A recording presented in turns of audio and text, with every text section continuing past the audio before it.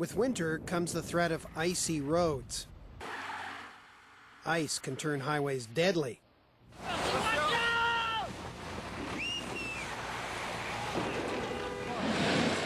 Plowing and salting are not making it disappear, but new technology is promising to. Chris Twan and engineers at the University of Nebraska-Lincoln are making a new kind of road, one that melts ice. We threw snow on this about an hour ago. You can see the bottom of the snow has melted and there's no ice patches. It's called conductive concrete. It heats up when plugged into a power outlet. You can plug in a household socket, which is 110 volt AC power, and it will heat up the concrete. What's inside makes it different from ordinary concrete. These are the ingredients we use in the conductive concrete mix design. These are the steel fibers. They range from ½ an inch long to 1 inch long. This is the carbon powder. It contains a mix of electrically conductive materials. It's poured into a concrete slab that's embedded with electrodes. When plugged in, they send electricity through the slab, generating heat. Once we cast the conductive concrete, we stick this thermocouple wire to the center of the test lab to measure the temperature of the test lab. Today, they're testing the heating performance of different conductive mixes. The freezer is at a 25-degree temperature, and the test lab is hooked up to a 110 volt AC power, and we're going to dump some snow on the test lab. They think they found a mix that can de-ice roads. You can tell they just started melting. They're testing it here in Lincoln, Nebraska. This bridge is made of 52 conductive concrete slabs. Each has its own electrodes connected to a power source. This is the control room, and these are the relays and the power hookup. And here's the controller.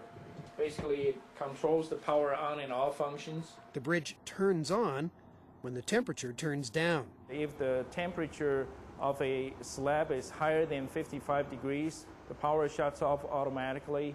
And if the temperature drops below 35 degrees, the power will kick back on. It can also be turned on remotely to catch big snowstorms. Basically, these two are the control buttons. You dial up, you turn it on, and let the bridge do its thing. And then when you think a snowstorm is over, just hit the stop button, turn the power off.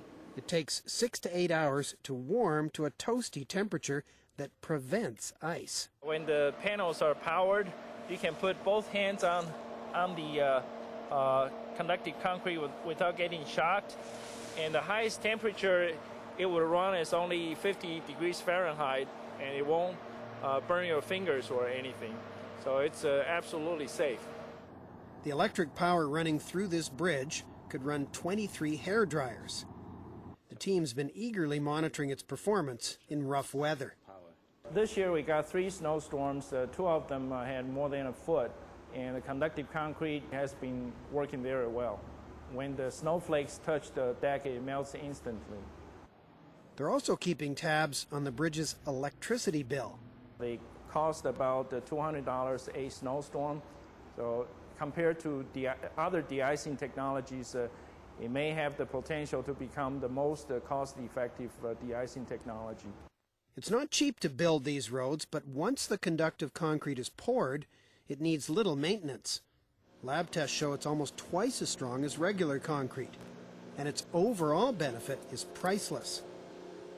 10 to 15% of all roadway accidents are related to bad weather.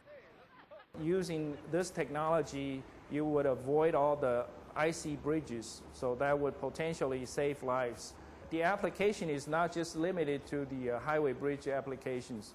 You can implement this technology for the sidewalks and driveways, because a lot of people during winter they slip and fall and cause injuries. They'll spend a couple more winters gathering data, and if it works, conductive concrete could not only provide safe travel, it may relieve us from the back-breaking shovel. course, it may be some time until all roads, sidewalks and driveways are made of conductive concrete. In the meantime, we still need snowplows. And even snowplow drivers have embraced the latest technology. We'll take a ride in a virtual snowplow.